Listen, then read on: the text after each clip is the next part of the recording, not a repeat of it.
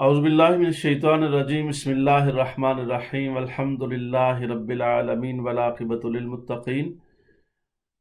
والصلاة والسلام علی نبینا وعلی آلہ واصحابہ واولادہ وبناتہ وازواجہ وجمیع ملتہ اجمعین۔ مکرم و محترم سامعین و ناظرین گرامی قدر، بحمد اللہ تعالی آج ہم معرکہ بدر، جس کو غزوہ بدر کے نام سے یاد کیا جاتا ہے، اور قرآن مجید نے اس کے حوالے سے باقاعدہ نام لے کر اس غزوہ کا، جنگ کا ذکر کیا ہے۔ جیسے فرمایا وَلَقَدْ نَصَرَكُمُ اللَّهُ بِبَدْرٍ وَأَنْتُمْ أَذِلَّةٌ، کہ اللہ تبارک و تعالیٰ نے تمہاری بدر کے موقع پر مدد کی ہے جب کہ تم کمزور تھے۔ تو اس اعتبار سے اور دیگر مقامات پر بھی اس واقعہ بدر، غزوہ بدر یعنی بیٹل آف بدر کو اللہ تبارک و تعالیٰ نے قرآن مجید کا ایک بڑا ہی کمپریہنسو اور جامع قسم کا سبجیکٹ بنایا ہے۔ تو اس سلسلے میں آج کی گفتگو میں اپنے محترم سامعین کو تھوڑی بیک گراؤنڈ عرض کرنا چاہوں گا، تاکہ انہیں اس بات کی اہمیت کا اندازہ بھی ہو اور بڑی تفصیل کے ساتھ یہ بات ان کے ذہن میں نشین ہو جائے، بیٹھ جائے کہ اس کی محرکات کیا تھے، موٹیویٹیوز کیا تھے، اور اس کے پیچھے کیا ایک چھپی ہوئی حقیقت ہے جس کا جاننا ہم سب کے لیے ضروری ہے۔ نبی پاک صلی اللہ علیہ وسلم جب مکہ میں موجود تھے تو مکہ شریف میں سرکار صلی اللہ علیہ وسلم جس معاشرہ میں رہ رہے تھے، وہ معاشرہ اپنے طور پر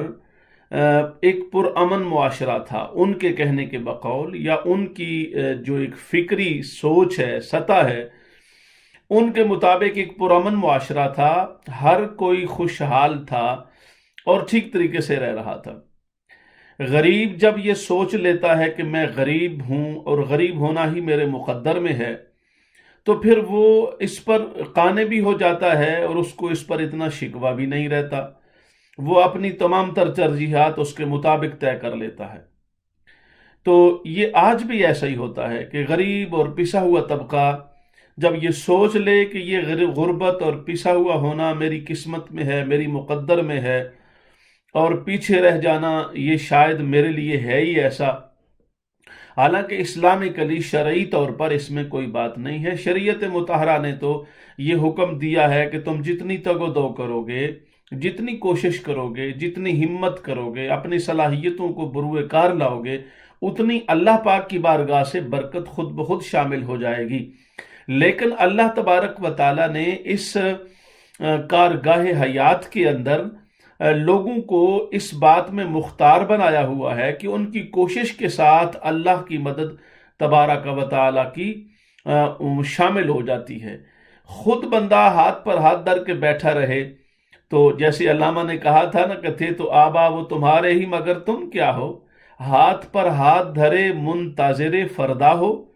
یعنی تم کل کی تلاش میں اور کل کی سوچ میں ہو، خود بخود حالات ٹھیک ہو جائیں گے،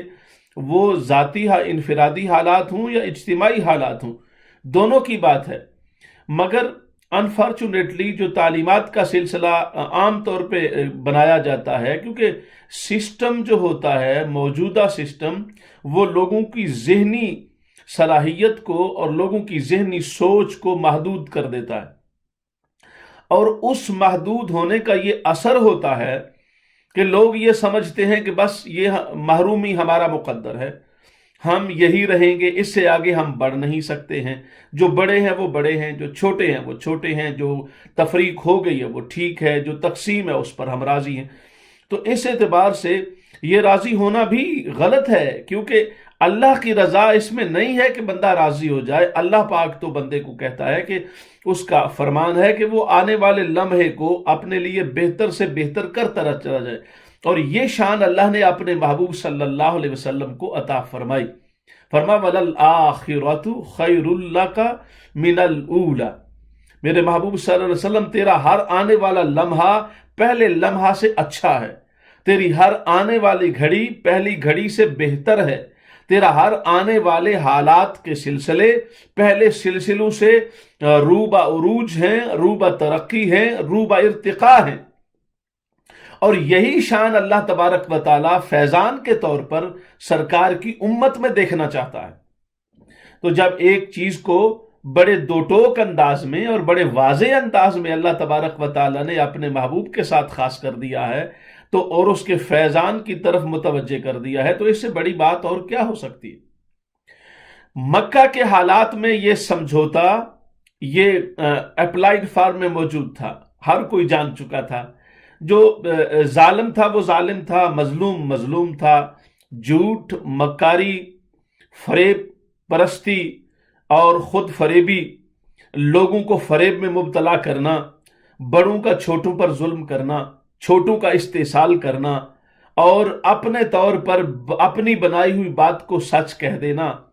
اور اس طرح کی بہت ساری باتیں انہوں نے اپنے طور پر قائم کر رکھی تھیں، یہاں تک کہ حرم کعبہ کے اندر بھی انہیں کوئی اس بات سے نہیں تھا کہ وہ حرم کعبہ کے ماحول میں بھی اپنے آپ کو اپنا پریولیج، اپنی ذاتی ایک استثنائی حق جس کو آپ سمجھتے ہیں، اور استثوابی حق، ڈسکرشنری پاور، جو ایک ڈسکریشنری پاور ہوتی ہیں، وہ پاورز زیادہ پریکٹس کی جاتی، ایکسرسائز ہو رہی تھی، اور قریش بطور خاص اس سسٹم کے مکمل طور پر بینیفیشری تھے۔ اچھا، یہ قریش کون ہے؟ یہ وہی ہیں جو سرکار پاک کا بھی قبیلہ ہے صلی اللہ علیہ وآلہ وسلم، لیکن اس ظاہری طور پر نام نہاد امن کے ماحول میں جو تالاب بالکل پانی کی روانی اپنے تسلسل میں جاری تھی، کنٹینیوٹی کے ساتھ آگے جا رہی تھی، اس نام نہاد پرامن تالاب کے پانی میں پہلا کنکر کس نے پھینکا؟ وہ جو پہلا کنکر جس ہستی نے پھینکا وہی کائنات کی عظیم ترین ہستی ہے۔ نبی پاک صلی اللہ علیہ وسلم نے خود آغاز کیا ہے، انیشیٹو خود لیا ہے۔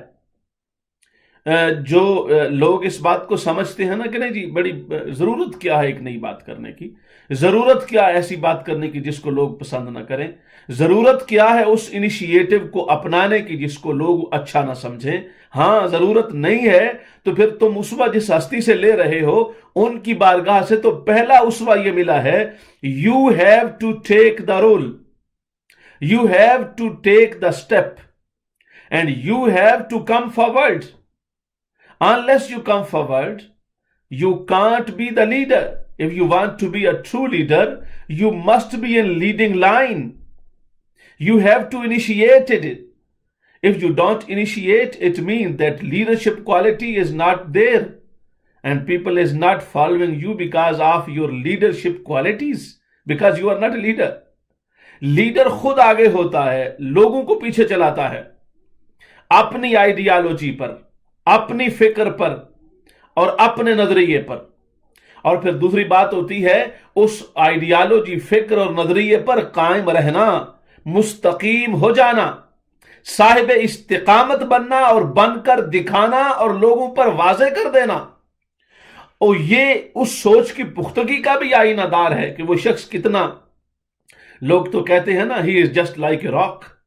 نو، just like a rock is only prophet Muhammad صلی اللہ علیہ وآلہ وسلم۔ ان کو دیکھو تو ان کی یہ شان ہے